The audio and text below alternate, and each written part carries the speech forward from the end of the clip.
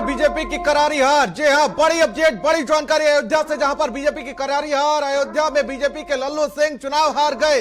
ये बड़ी जानकारी आप तक पहुंचा रहे हैं, जहां पर आपको बता दें कि बीजेपी उम्मीदवार स्मृति ईरानी काफी पीछे रह गई हैं, 1,20,000 वोटों से पीछे रह गई। तो वहीं अयोध्या से भी बड़ी जानकारी, बीजेपी की करारी हार देखने को मिल रही है। यहां पर राम मंदिर का जो मुद्दा है इस बार नहीं चल पाया।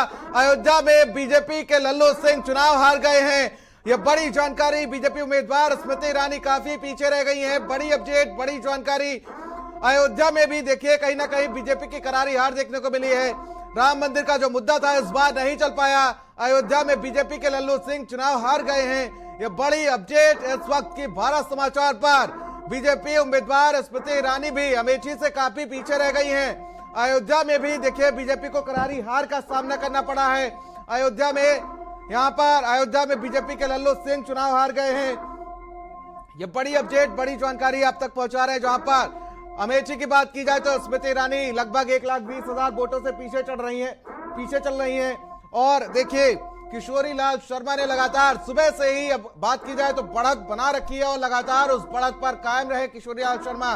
तो वहीं दूसरा झटका अयोध्या में लगता हुआ नजर आ रहा है, क्योंकि लगातार बीजेपी एक कयास लगा रही थी कि अयोध्या में उसको जीत का स्वाद चखने को मिलेगा, क्योंकि राम मंदिर का जो मुद्दा था वो लगातार बीजेपी उसको भुनाने की कोशिश करती हुई नजर आई, लेकिन कहीं ना कहीं वो मुद्दा चला नहीं। और अयोध्या में भी देखिए लगातार कई सीटों के बाद बीजेपी को अयोध्या में भी हार का सामना करना पड़ा।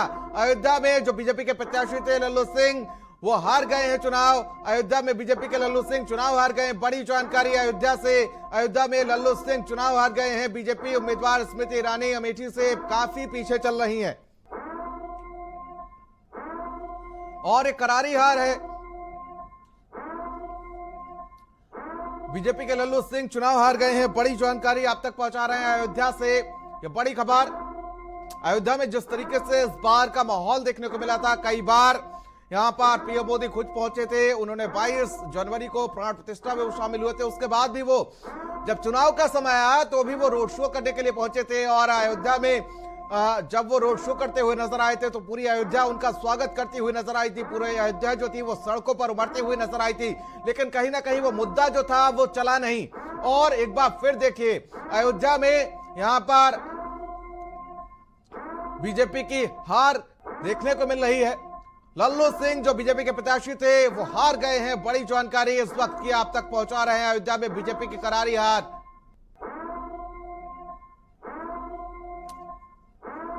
तो अयोध्या में बीजेपी के लल्लू सिंह चुनाव हार गए हैं। बड़ी जानकारी।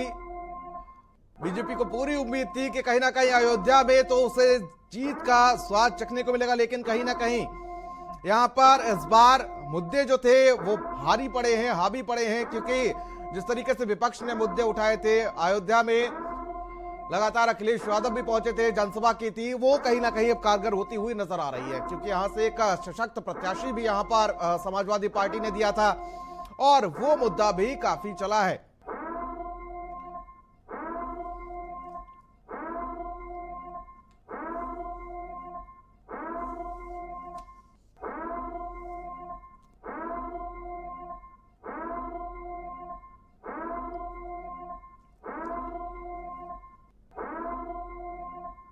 तो देखिए अयोध्या में बीजेपी की करारी हार, लल्लू सिंह चुनाव हार गए हैं।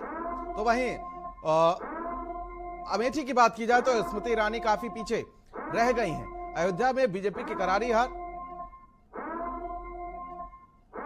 तो देखिए लगातार कहीं ना कहीं जो नतीजे आ रहे हैं वो बीजेपी के लिए काफी, अगर बात की जाए तो बीजेपी के लिए काफी निराशाजनक है। अयोध्या से हमारे सहयोगी रितेश हमारे साथ जुड़ चुके हैं। रितेश, क्या कुछ अपडेट जानकारी मिल पा रही है? देखिए कहीं ना कहीं यहाँ पर जो मुद्दा था राम मंदिर का और हिंदुत्व का जो मुद्दा था उसको भुनाने की बीजेपी लगातार कोशिश करती हुई नजर आई थी, लेकिन कहीं ना कहीं ये मुद्दा चला नहीं। रितेश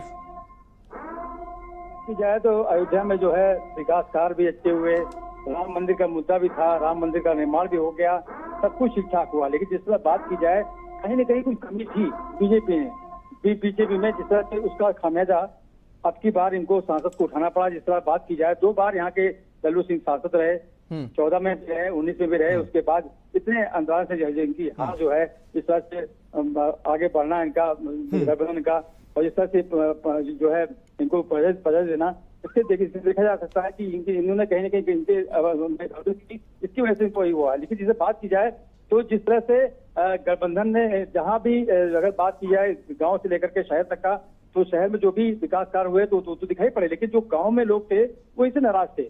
उनका ये कहना था हमारे यहाँ का विकास नहीं हुआ, ठीक से कार्य नहीं हुआ, इसकी वजह से मैं खफा हूँ और अब की बार जो है हम अवधेश प्रसाद को ही चुनेंगे, क्योंकि वो अच्छी छवि की है और अच्छा कार्य उन्होंने किया है। तो कहीं ना कहीं गड़बड़ी थी इनमें, और कहीं ना कहीं इनमें ये भी थी कि इन्होंने शहर से लेकर के गांव तक का ग्रामीण क्षेत्र में इन्होंने कम ध्यान दिया और शहर में ज्यादा ध्यान दिया, उसका हमें उठाना पड़ा। लेकिन देखा जाए अगर तो कुछ जो अंदर की बातें अगर की जाए तो जो इनके साथ रहने वाले लोग हैं, तो सांसद जो विधायक हैं, वो सब भी जो कन्वर्सिंग जो की गई वो ठीक से नहीं की गई।